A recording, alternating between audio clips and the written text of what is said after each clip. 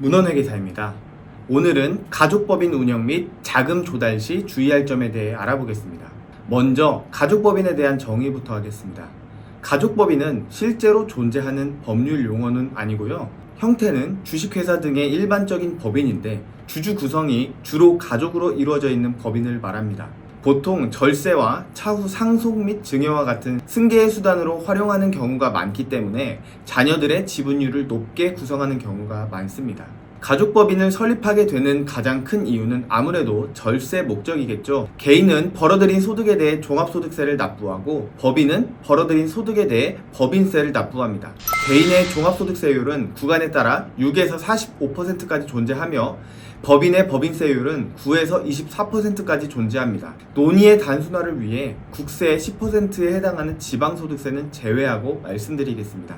이렇게 개인과 법인의 세율이 다르기 때문에 동일한 순이익을 벌어들여도 다른 세금을 납부하게 됩니다. 예를 들면 개인의 과세표준이 8,800만원 초과 1억 5천만원 이하 구간의 경우 종합소득세율은 35%인데 법인의 과세표준이 동일한 구간인 경우 법인세율은 9%밖에 되지 않습니다. 세율 차이가 거의 4배 가까이 나기 때문에 법인 설립이 유리하다고 생각하는 것이죠. 가족법인을 설립하는 절차는 간단합니다. 일부 업종을 제외하면 소액의 자본금으로도 손쉽게 설립이 가능하며 가족법인 설립 후 내 돈인 것처럼 자유롭게 운영하고는 합니다. 하지만 가족법인은 설립 후 몇 가지 유의할 사항이 있습니다. 먼저 법인에서 돈을 마음대로 빼갈 수 없습니다. 개인과 법인은 별개의 인격이기 때문에 법인에서 그냥 뽑았으면 횡령이 되며 법인에서 돈을 빼갈 때에는 적절한 근거에 의하여 세금을 내고 빼와야 합니다. 급여나 상여의 형태로 가져가면 근로소득, 배당의 형태로 가져가면 배당소득을 납부하게 됩니다. 세금을 줄이기 위해서 법인을 설립하였는데 법인세를 납부한 후에 법인의 현금을 개인이 가져가면 개인이 한 번 더 종합소득세를 납부하게 되기 때문에 오히려 처음부터 개인이 종합소득세를 납부하는 것보다 더 많은 세금을 납부하게 될 수도 있으니 미리 따져보셔야 합니다. 가족법인이 설립된 후 운영을 하기 위해서는 자금 조달 계획을 잘 세워야 합니다. 돈이 없으면 법인을 운영할 수 없기 때문입니다. 그럼 어떻게 자금을 조달해야 할지, 자금 조달 방법과 각 자금 조달 시 유의해야 할 사항을 말씀드리겠습니다. 회계에서는 차변에는 자산을, 대변에는 부채와 자본을 기록합니다. 대변에 있는 부채와 자본이 자금 조달 방법이라고 보시면 되는데요. 먼저 자본을 자본금과 잉여금으로 나누어 알아보겠습니다. 먼저 자본금입니다. 법인을 설립할 때 주주들이 납부한 돈이 자본금입니다. 이때 법인 설립 후에 자본금을 인출하면 가장납입에 해당하여 상법 및 세법상 규제를 받기 때문에 주의하셔야 합니다. 또한 설립 이후에도 사업연도 중 언제든지 자본금을 증가시킬 수 있습니다. 증자 과정에서 특정 주주가 신주 인수권을 포기하여 자녀의 지분율을 늘리는 경우도 많이 있는데 이 경우 증여세 이슈가 발생하니 주의하셔야 합니다. 다음은 잉여금입니다. 법인이 영업을 통해 벌어들인 이익이 누적되어 쌓인 금액에 해당하기 때문에 당연한 말이지만 이익이 많을수록 잉여금이 늘어납니다. 부모가 법인에게 직접 증여를 하는 경우에도 법인의 잉여금은 증가하는데요. 상속세 및 증여세법 제45조의 5 특정 법인과의 거래를 통한 이익의 증여 의제에 따라 개인인 자녀에게도 증여세가 부과될 수 있으니 주의하셔야 합니다. 다음은 부채입니다.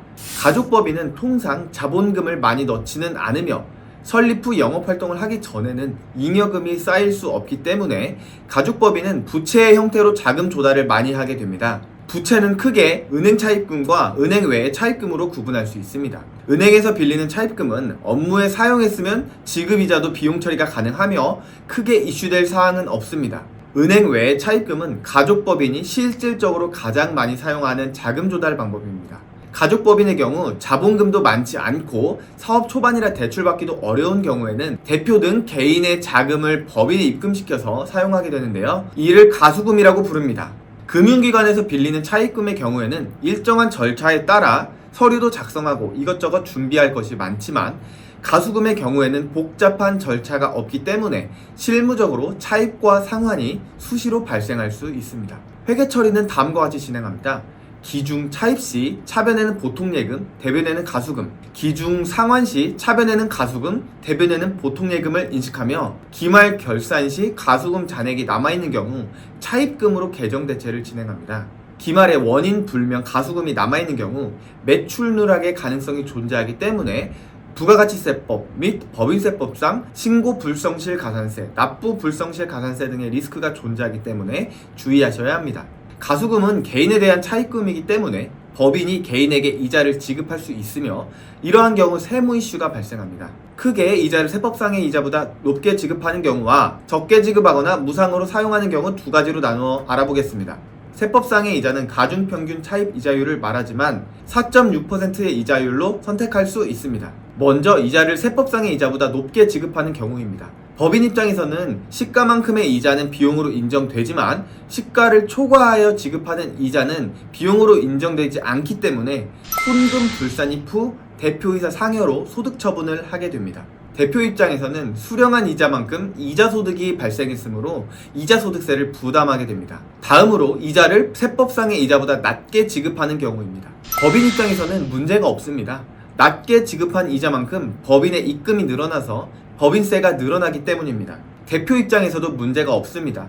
소득세법 제41조 부당행위 계산의 부인에서는 배당소득, 사업소득, 기타 소득에 대해서만 문제로 삼기 때문입니다. 하지만 이 경우 법인의 주주는 경제적 이익을 얻었기 때문에 증여세 과세 문제가 발생합니다. 대출금액 곱하기 4.6%에서 실제 지급한 이자를 차감한 금액이 주주 개인별로 1년간 1억 원 이상을 넘어야 증여로 보는데 대여 금액이 약 21억 원을 초과해야 이자 비용이 1억 원을 넘기 때문에 문제가 발생하는 경우는 많지 않을 것으로 판단됩니다. 오늘은 가족법인 운영 및 자금 조달 시 주의할 점에 대해 알아보았습니다. 다음 시간에는 가족법인 자금 지출 시 주의할 점에 대해서 알아보겠습니다. 시청해주셔서 감사합니다.